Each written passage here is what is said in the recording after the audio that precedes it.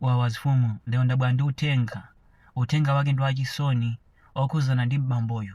Bambo amene zina lake ndi Mr. Malunga, amachokera ku Mitundu, amapanga bizinesi yogulitsa nkhuku pa Mitundu. Ndi mdalayo dzulo adapanga chiganizo chokaoda nkhuku. Ali munjira adakumana ndi anyamata amene anali ndi mfuti. Anyamata aja adamuombera mdalayo zipolopolo zingapo ndi kumuombera ndalama zija nkumapita. Panopa mdalayo wamwalira. Ndi ndabwera ndi nkhani imene ndi cholinga chakuti anthu ena ake mukhale mukudziwa zimene zachitika dzulo ku Mitundu. Mdalayo wamwalira, waphedwa, wawomberedwa ndi mfuti.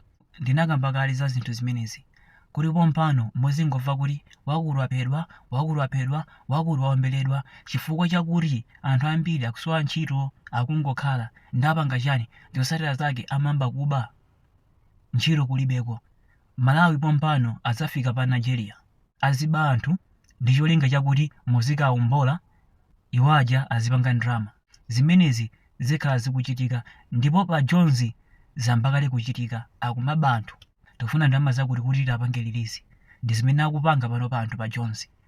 Kwa anthu amene simukudziwa mukhale mukudziwa ndipo muzinda mosamala chifukwa chakuti akungotola wina aliyense.